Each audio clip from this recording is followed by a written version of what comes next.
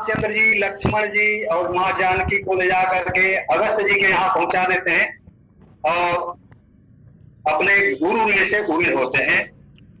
अगस्त जी को पता चलता है कि मेरे कुटिया में प्रभु पधारे हैं, तो प्रसन्न हो जाते हैं, दौड़ करके बाहर निकलते हैं और प्रभु श्री रामचंद्र जी भैया लक्ष्मण के साथ दंडवत मुनि का प्रणाम करते हैं और मुनि महाराज बड़ी प्रसन्नता के साथ राम और लक्ष्मण को अपने हृदय से लगा लेते हैं। तत्पश्चात मुनि महाराज कुटिया में ले जा करके आसन में प्रभु को पधारते हैं, उनकी पूजा अर्चना करते हैं और अंत में फूल फल समर्पित करते हैं। सत्संग की बातें होती हैं, कुछ चर्चा होती, भगवत चर्चा होती है।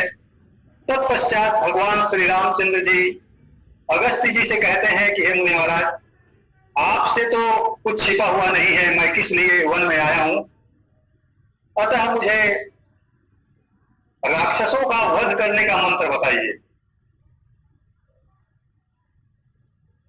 प्रभु श्री रामचंद्र जी की बातों को सुन करके अगस्त्य मुनि जी हंस देते हैं और कहते हैं कि हे प्रभु,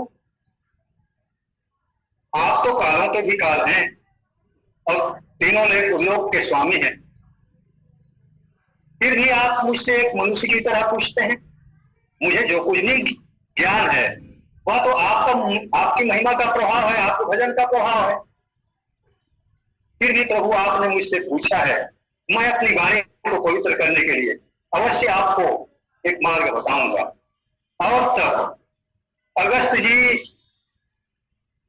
भगवान श्री रामचंद्र जी से कहते हैं कि हे प्रभु, यहां से कुछ दूर आगे बढ़ेंगे तो दंडक वन है, वही पंचवटी नाम का स्थान है, वह बड़ा ही सुंदर स्थान है, वहीं जाकर के आप निवास कीजिए और दंडक वन को पवित्र कीजिए।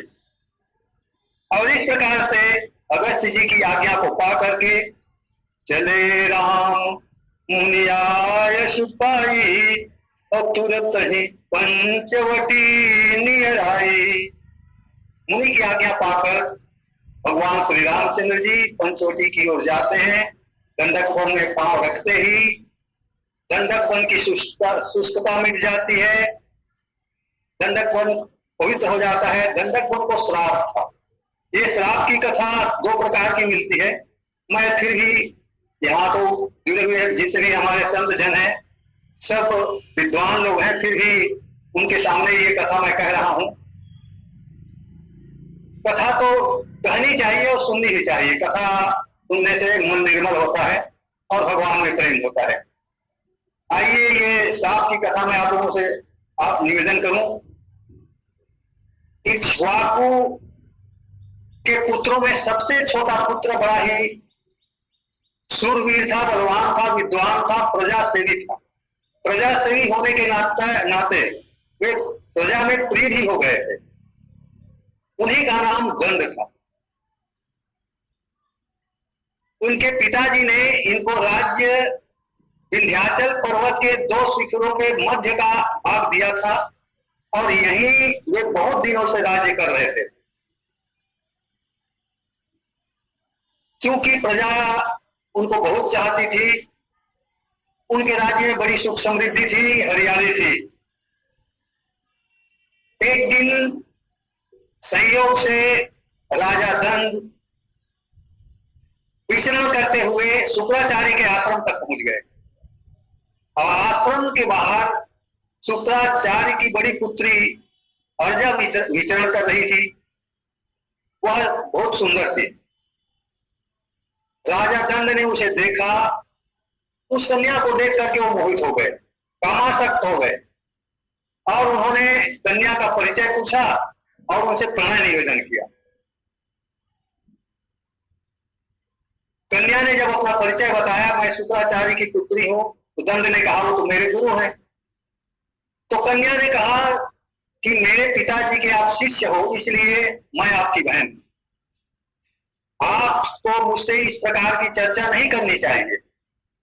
फिर भी यदि आप उस पर आसक्त हैं तो विधिवत रूप से जा करके आप मेरे पिता से मुझसे मांगिए और ये चाहेंगे तो धर्मानुकूल तरीके से मेरा विवाह आपके साथ कर देंगे और आप उसको प्राप्त कर सकते हैं।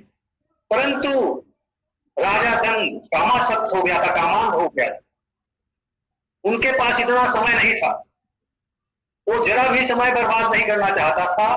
उन्होंने उस कन्या के साथ बलात्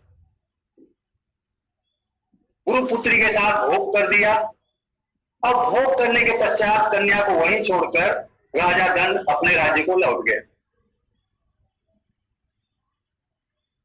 अर्जा रोती सी शक्ति अपने पिताजी के पास पहुंची। उस समय घर में वो नहीं थे, वो स्नान करने गए हुए थे। तत्पश्चात शुक्राचार्य जी आए, आकर के अपनी पुत्री को देखा, वो सिसक रही है। तो उनको, वो बड़े तपस्वी थे, तप के प्रभाव से सब कुछ जान गए कि ये किनका करामात है। उन्होंने राजा दंड को वहीं से श्राप दे दिया, जाओ आज से 7 दिनों के अंदर तुम्हारे राज्य में कुछ भी शेष नहीं बचेगा, सब जल जाएंगे। इंद्र के द्वारा बालू की, गर्म बालू की वर्षा की जाएगी और तुम्हारे राज्य में कुछ नहीं बचेगा और लंबे समय तक वहां वर्षा भी नहीं होगी, वहां की जमीन बंजर हो जाएगी। इस प्रकार से शुक्राचार्य ने श्राप दे दिया और सप्ताह भर में ही उनका राज्य जल करके राख हो गया। इस प्रकार से दंडक वन की ये शाप की कथा है। आइए, दंडक वन में भगवान के पधारते ही दंडक वन की परिस्थिति बदल गई। वहां हरियाली आने लगी, वहां के वृक्षों में पत्ते आने लगे, फल फूल निकलने लगे और दिन प्रतिदिन वहां की सुंदरता बढ़ने लगी।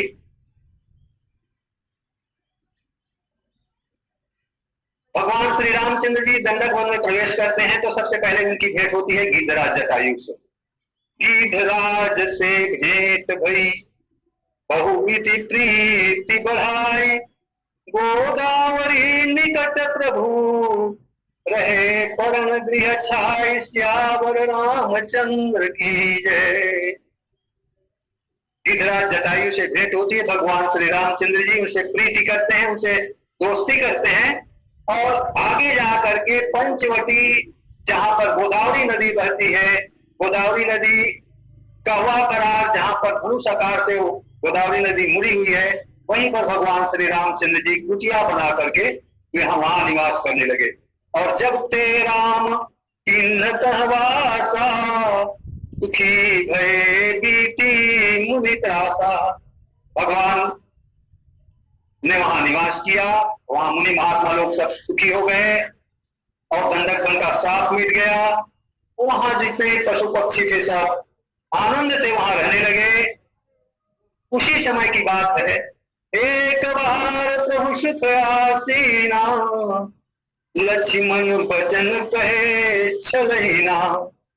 पंचवटी के किनारे भगवान श्री रामचंद्र जी बड़े आनंद से सुख से बैठे हुए थे, मुख में प्रसन्नता थी।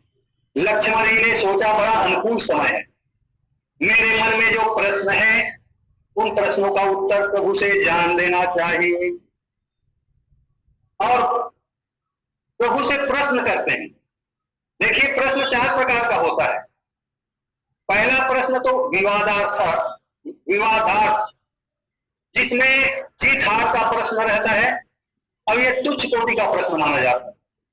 दूसरे प्रकार का प्रश्न हम लोग करते हैं वक्ता की बुद्धि को परीक्षण करने के, ये भी कनिष्ठ स्तर का प्रश्न है, उत्तम प्रश्न नहीं कहा जा सकता। तीसरा प्रश्न है अपनी बुद्धि की चतुरता दिखाने के लिए प्रश्न करते। ये तीसरे प्रकार का प्रश्न जो है मध्यम स्तर का है। परंतु चौथे प्रकार का प्रश्न संदेह निवारणार्थ, ये सबसे उत्तम कोटि का प्रश्न है। यदि हमारे मन में कोई प्रश्न है और उसकी जिज्ञासा है हमको जानने की, ऐसा ही प्रश्न लक्ष्मण जी भगवान श्री रामचंद्र जी से करते हैं। और इसीलिए गोस्वामी तुलसीदास जी ने लिखा कि लक्ष्मण वचन कहे छलहीना। लक्ष्मण जी के मन में किसी प्रकार से छल नहीं, बिल्कुल सरल भाव से लक्ष्मण जी ने भगवान श्री रामचंद्र जी से प्रश्न करना शुरू किया। उन्होंने सोचा कि बहुत अनुकूल समय है और मैं पूछ लूं भगवान से और मेरी जिज्ञासा को, मुझ में जो जिज्ञासा है उसकी पूर्ति हो जाएगी। लखनलाल ने कहा कि हे देव, मेरे मन में 5 प्रश्न चल रहे हैं, इन 5 प्रश्नों को आप समझा करके मुझे कहिए, ताकि आपके चरणों में मेरी प्रीति और भी बढ़े। इस प्रकार से लक्ष्मण जी ने भगवान श्री रामचंद्र जी से कहा। लक्ष्मण जी भगवान श्री रामचंद्र जी से जिस प्रश्न को करते हैं वो इसी को महापुरुष लोग राम गीता के नाम से जानते हैं।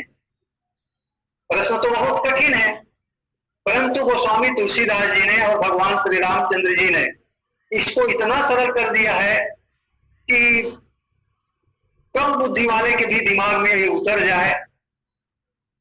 प्रश्न कठिन है, विषय कठिन है, मगर इसके लेखक और भगवान श्री रामचंद्र जी के द्वारा उसको सरल कर दिया गया है। आइए उन 5 प्रश्नों को हम जानने का प्रयास करेंगे। और लक्ष्मण जी भगवान से किस प्रकार से उस प्रश्न को पूछते हैं। लक्ष्मण जी ने कहा कि प्रभु, मेरे इन प्रश्नों का जवाब दीजिए कि ज्ञान के तत्व क्या हैं। 5 प्रश्न लक्ष्मण जी कहते हैं, ज्ञान के तत्व क्या है, वैराग्य का स्वरूप क्या है। कहु ज्ञान विराग माया, कहु सु भगति करहु जही दा। ईश्वर जी कहु ज्ञान विराग माया, कहु सु भगति करहु जही दाया। ईश्वर जीव भेद प्रभु सकल कहु समुझाय, जाते हो चरण रति शोक मोह भ्रम जाय। सियावर रामचंद्र की जय। 5 प्रश्न लक्ष्मण जी ने भगवान श्री रामचंद्र से किया कि ज्ञान के तत्व क्या है, वैराग्य का स्वरूप क्या है, माया क्या है, और प्रभु वह भक्ति क्या है जिससे आप प्रसन्न होते हैं, द्रवित होते हैं और भक्त पर कृपा करते हैं, और ईश्वर और जीव में भेद क्या है। इस प्रकार से लक्ष्मण जी ने 5 प्रश्न किए। भगवान श्री रामचंद्र जी ने सुन करके लक्ष्मण जी से ने कहा, हे लक्ष्मण, थोड़े हो मह सब कहूं बुझाई, और सुनहु तात मति मन चित लाई। हे भाई लखन, मैं बहुत संक्षिप्त में इन प्रश्नों के उत्तर दूंगा, तुम बड़ी सावधानी के साथ मन बुद्धि और चित्त लगा करके इसे सुनना। और इस प्रकार भगवान श्री रामचंद्र जी लक्ष्मण के प्रश्न का उत्तर देते हैं। कहते हैं कि हे लक्ष्मण, मैं और मोर तोर तय माया, अजही बस कीने जीव निकाया। हे लक्ष्मण, अपने शरीर के प्रति अहम भाव यानी मैं, अपनी वस्तु के प्रति ममता माने यह मेरा है, और सामने वाले को तुम और सामने वाले की वस्तु की महत्वता, अर्थात मैं, मेरा, तू और तेरा, यही तो माया है। यही बस किन्हें जीव निकाया, और इस माया ने सारे संसार को, सारे चराचर को अपने वश में कर लिया है। इस प्रकार से भगवान श्री रामचंद्र जी लक्ष्मण जी को उत्तर देते हैं। यदि ये मैं, मेरा, तू और तेरा का द्वंद्व मिट जाए तो संसार में कोई निराश ना हो और कोई दुखी भी ना हो, किसी को दुख भी नहीं होगा। परंतु यह द्वंद्व मिट नहीं सकता, क्योंकि माया बड़ी प्रबल है, इससे पार पाना कठिन है। गीता में भी भगवान कृष्ण कहते हैं, मम माया दुरत्यया, मेरी माया बड़ी दुरत्य है, परंतु जो मेरी शरण प्राप्त करता है वह माया से तर जाता है, माया को पार पा लेता है। माया से पार पाने का एक ही रास्ता है कि भगवान का शरण ग्रहण करने, बिना भगवान का शरण ग्रहण किए माया से पार पाना कठिन है। एक बार भगवान कृष्ण से सुदामा ने कहा कि प्रभु मैं आपकी माया का दर्शन करना चाहता हूं। भगवान कृष्ण ने कहा ठीक है, समय आने पर मैं माया का दर्शन आपको करा दूंगा, चलो अभी गोमती नदी में स्नान कर लेते। दोनों मित्र तीर्थाटन के लिए गए हुए थे। दोनों गोमती नदी में स्नान करने के लिए उतरते हैं। भगवान कृष्ण बड़े प्रेम से गोमती नदी में 3 डुबकी लगाते हैं और निकल करके अपना पीताम्बरी को पहनने लगते हैं। और सुदामा जी बड़े प्रेम से स्नान कर रहे हैं। उन्होंने जब डुबकी लगाई उसी समय भगवान ने उनको अपनी माया का दर्शन करा दिया। सुदामा जी को लगा अरे बहुत बार आ गई है, मैं तो बह रहा हूं। और सुदामा जी बहते बहते आगे चल दिए और एक घाट का सहारा लेकर के वो बाहर निकले। बाहर निकले तो एक नगर था। उस नगर का एक हाथी एक पुष्प की माला लेकर के इनकी ओर दौड़े हुए आ रहा था और हाथी के पीछे नगर के बहुत लोग दौड़ते हुए आ रहे। हाथी ने उस पुष्प की माला को सुदामा के गले में डाल दिया। नगर के लोग आकर के सुदामा को घेर लिए, कहे कि महाराज आप हमारे नगर के राजा हो गए, हमारे नगर के राजा की मृत्यु हो गई है और राजा का यह हाथी जिसके गले में पुष्प की माला को पहना देता है वही हमारे नगर का राजा हो जाता है। राजा की मृत्यु के बाद आप हमारे राजा हो गए, चलिए करके उसको ले गए और राज सिंहासन में ले जाके बैठा दिए।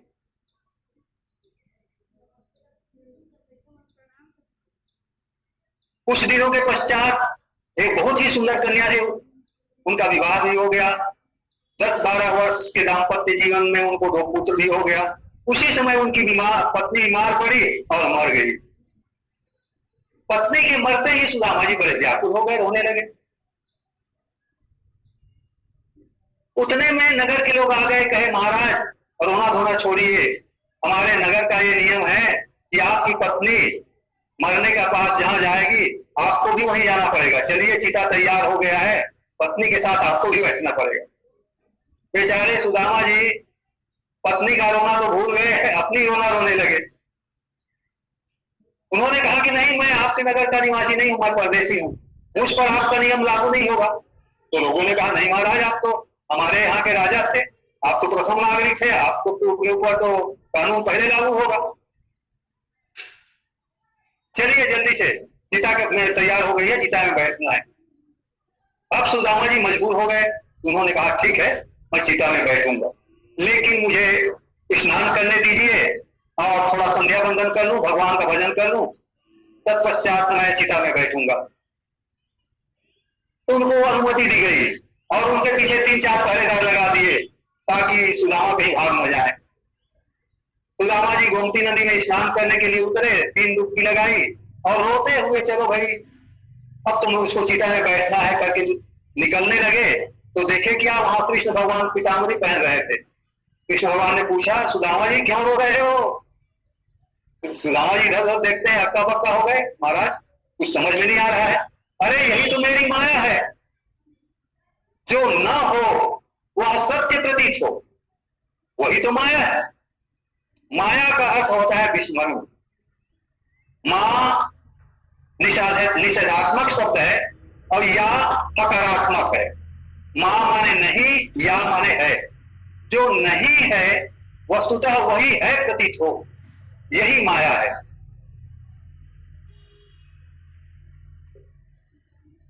अब भगवान श्री रामचंद्र जी ने कहा कि लखन अब इस माया के भेद को सुनो। माया के भी 2 भेद हैं, एक विद्या माया होती है, एक अविद्या माया। अविद्या माया दुष्ट है, दुख रूप है, परंतु विद्या माया के वश में गुण है। उन गुणों के वश में होकर के वह संसार का सृजन करती है, संसार का निर्माण करती है, परंतु अपने बल से नहीं, प्रभु की प्रेरणा से वह संसार का सृजन करती है और ये अविद्या माया भूल भुलैया में डालती है। इस प्रकार से प्रभु ने माया की बड़ी सुंदर व्याख्या लक्ष्मण के पास में किया। उसके पश्चात भगवान श्री रामचंद्र जी ज्ञान की व्याख्या बड़ी संक्षिप्त रूप से एक वाक्य में कर देते हैं। कहते हैं, ज्ञान मान जह एकव नाही और देख ब्रह्म समान सब मान। ज्ञानी वह है जिसमें मान का लेश मात्र भी न हो। यदि ज्ञान होने के पश्चात अहम भाव आ जाए तो वह ज्ञान नहीं है।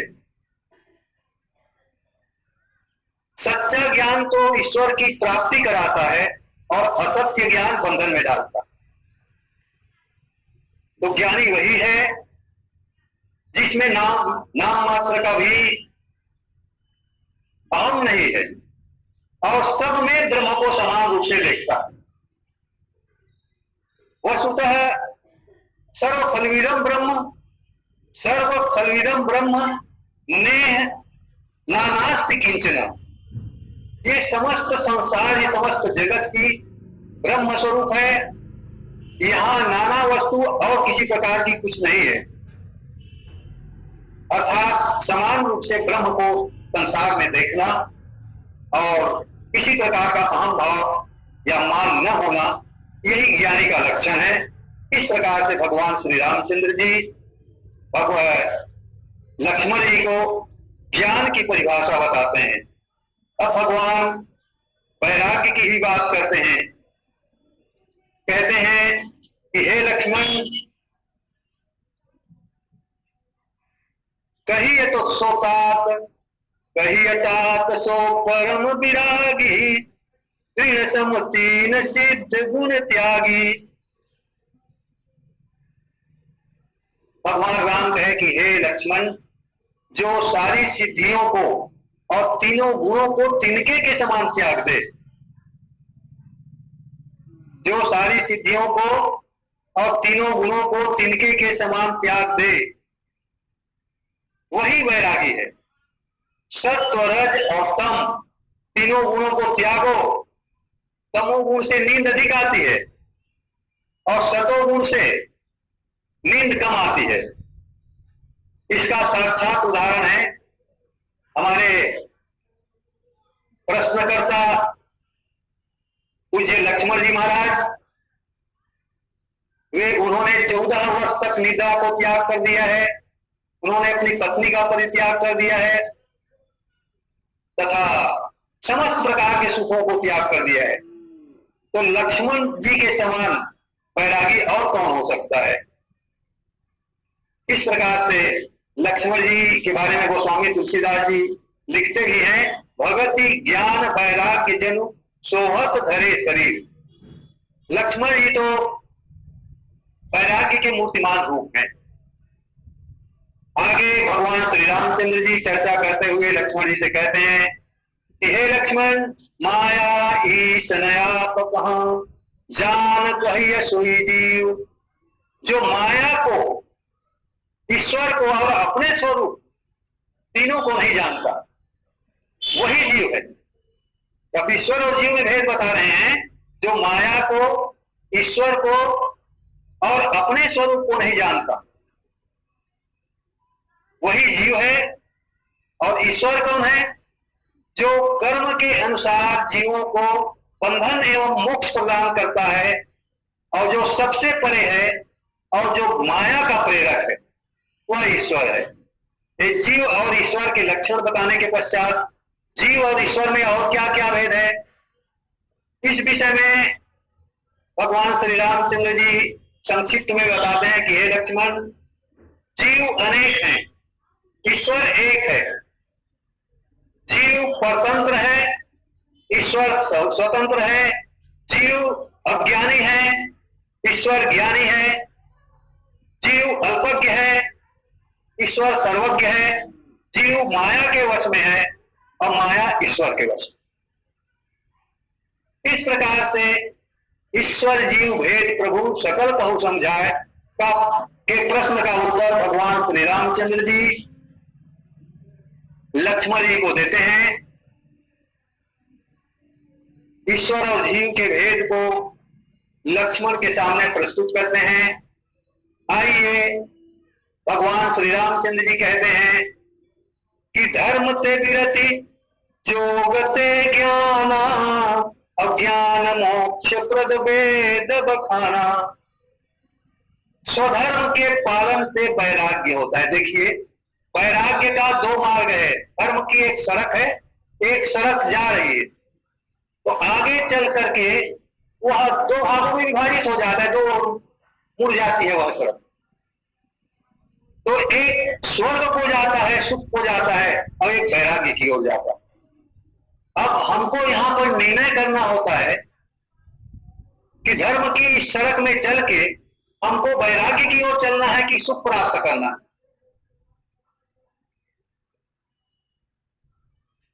तो यहां गोस्वामी तुलसीदास जी धर्म ते विरति जोग ते ज्ञान, धर्म के एक पक्ष के बारे में कहते हैं। धर्म का पालन करने वाला ही संसार में सुख प्राप्त करता है। माने धर्म का मार्ग सुख का है, स्वर्ग का है, और धर्म का मार्ग वैराग्य का भी है। दोनों भले ही विपरीत रास्ते हैं, परंतु दोनों ही प्रकार की, एक प्रकार से आध्यात्मिक लाभ भी प्राप्त होता है और भौतिक लाभ भी प्राप्त होता है। सुख के रूप में धर्म के पालन करने वालों को सांसारिक सुख की प्राप्ति होती है, और धर्म के पालन करने वाले को धर्म से विरति, वैराग्य की प्राप्ति होती है। वैराग्य से ज्ञान, योग, योग से ज्ञान, ज्ञान से मोक्ष।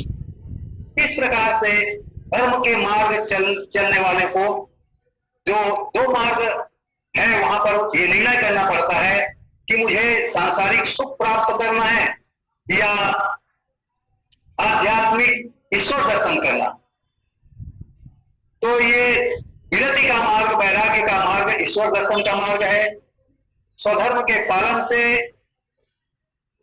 वैराग्य की प्राप्ति होती है, योग से ज्ञान और ज्ञान से मोक्ष।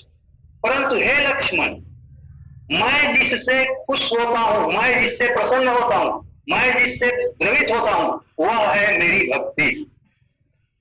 और यह मेरी भक्ति भक्तों के लिए बड़ी सुखदायी है। ईश्वर से अत्यंत प्रेम करना ही भक्ति है। यह मेरी भक्ति अनुपम है और सुख का मूल है। और हे लक्ष्मण, यह भक्ति संत की कृपा से ही मिलती है। कल द्विवेदी महाराज जी भी इसकी चर्चा कर रहे थे। भक्ति को प्राप्त करने के लिए और कोई दूसरा मार्ग नहीं है, संत की कृपा से ही भक्ति की प्राप्ति होती है। ये भक्ति उपमा रहित है, उसकी कोई उपमा नहीं है, और भक्ति स्वतंत्र है। इसको किसी प्रकार की कोई अवलंब की, ज्ञान वैराग्य की सहारा की अपेक्षा नहीं है। जहां भक्ति होती है वहां ज्ञान और विज्ञान अपने आप आ जाते हैं। मैंने कहा कि जब संत की कृपा होती है तभी भक्ति की प्राप्ति होती है। संत कृपा से भक्ति मिलती है। तो आइए हम देखें, एक संत जो है हमारे मस्तक पर हाथ रख देंगे तो भक्ति के संस्कार उमड़ पड़ेंगे। तो भक्ति को प्राप्त करने के लिए, संत को प्राप्त करने के लिए हमें क्या करना पड़ेगा? गोस्वामी तुलसीदास जी लिखते हैं, प्रथम ही विप्रचरणयति प्रीति, प्रथम ही विप्रचरणयति प्रीति। पहले ब्राह्मण के चरण में अत्यंत हमारी प्रीति होनी चाहिए। और ब्राह्मण के चरणों में जब प्रीति हो जाएगी, उसके पश्चात धर्म के अनुसार, वेद के नियमों के अनुसार, वर्णाश्रम धर्म के अनुसार कर्म करते हुए हमको जीवन निर्वाह करना पड़ेगा।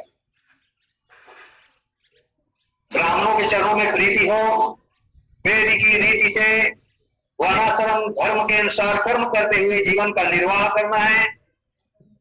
ऐसा करने से विषयों से वैराग्य होगा और विषयों से जब वैराग्य होगा तो प्रभु के चरणों में प्रीति होगी, या कह सकते हैं भागवत धर्म में हमारा अनुराग होगा और प्रभु चरणों में प्रीति होगी।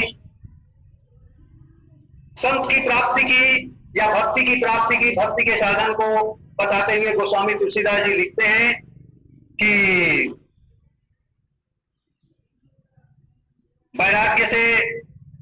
वैराग्य होने के पश्चात भगवान के चरणों में प्रीति होगी, और भगवान के चरणों में जब प्रीति होगी तो संतों के चरणों में प्रेम करते हुए निष्काम भाव से भगवान का भजन करना है। और निष्काम भाव से भजन करने से भगवान की कृपा पर बरसेगी, और भगवान जब कृपा करेंगे तो उस भक्त को संत की प्राप्ति होगी, और जब संत की प्राप्ति होगी तो संत की कृपा से उस जीव को भक्ति की प्राप्ति होगी। इस प्रकार से संत के बिना भक्ति की प्राप्ति नहीं हो सकती। ये भगवान श्री रामचंद्र जी लक्ष्मण भैया को बताते हैं, और लक्ष्मण जी महाराज भगवान श्री रामचंद्र जी के इस भक्ति योग की कथा को सुनकर बड़े प्रसन्न होते हैं और कहते हैं कि हे भैया, आपके द्वारा कही हुई इस भक्ति योग की कथा से के श्रवण मात्र से मेरे शोक मोह और भ्रम दूर हो गए हैं। लेकिन मेरे मन में एक प्रश्न और है, कृपा करके उस प्रश्न का उत्तर मुझे देने की कृपा करें। और लक्ष्मण जी एक प्रश्न और पूछते हैं, भैया मुझे यह बताने की कृपा कीजिए कि भक्त को भक्ति प्राप्त हो रही है या हो गई है, इसका प्रमाण क्या है? वह कैसे जानेगा कि मुझे भक्ति प्राप्त हो रही है कि हो गई है? बड़ा सुंदर प्रश्न है। हम सब लोगों के मन में भी यही भाव रहता है कि हम जो कर रहे हैं वास्तव में भक्ति है कि नहीं। तो भगवान श्री रामचंद्र जी भी बड़े सुंदर उत्तर देते हैं इसका। भगवान श्री रामचंद्र जी कहते हैं कि भैया लक्ष्मण, मम गुण गावत पुलक शरीरा, गद गद गिरा नयन बह नीरा। जब भक्त मेरा भजन करता है तो उसका शरीर पुलकित हो जाता है। पुलकित होने के पश्चात उसकी वाणी गदगद हो जाती है और उसमें बोलने की भी क्षमता नहीं रहती है। आंखों से प्रेम के अश्रु निकलने लगते हैं, प्रेमाश्रु निकलने लगते हैं। तो समझना उस भक्त को मेरी भक्ति प्राप्त हो रही है। बड़ा सुंदर बात भगवान बताते हैं, गद मम गुण गावत शरीरा, गद गद गिरा नयन बह नीरा। परंतु यह बात सामान्य सी बात है, ऐसा अभिनय भी हो सकता है। नाटक खेलने वाले या फिल्मी कलाकार लोग इस प्रकार से अभिनय करते हैं कि उनके रोने से रोना आ जाता है, उनके आंखों में आंसू आने से हमारे आंसू आ जाते हैं, परंतु वास्तविक में वो भक्त नहीं होते हैं। वास्तविक में वो भक्त नहीं होते हैं। तो गोस्वामी तुलसीदास जी ने यहीं पर एक शर्त रख दिया है, मम गुण गावत पुलक शरीरा, गद गद गिरा नयन बह नीरा। काम आदि मददम भन जाके, काम आदि मददम भन जाके, तात निरंतर बस मैं ताके। भगवान कहते हैं कि जो भक्त मेरा भजन गाते हुए शरीर उसका पुलकित हो जाता है, रोमांचित हो जाता है, वाणी गदगद हो जाता है तथा नेत्रों से अश्रु प्रवाह होने लगता है, साथ ही साथ 3 प्रकार के उसके दोष भी दूर हो जाते हैं, काम, मद और दम उसके हृदय से निकल जाते हैं। ऐसे भक्तों के पास ही मैं निवास करता हूं। ऐसे भक्तों को जानना चाहिए कि उन्हें मेरी भक्ति प्राप्त हो रही है। इस प्रकार से भगवान श्री रामचंद्र जी भैया लक्ष्मण के प्रश्न का उत्तर देते हैं, और लक्ष्मण जी भगवान श्री रामचंद्र जी के उत्तर को सुनकर के प्रसन्न हो जाते हैं। और प्रसन्न होकर के कहते हैं कि हे भैया, आपने जो बात कही उसे सुनकर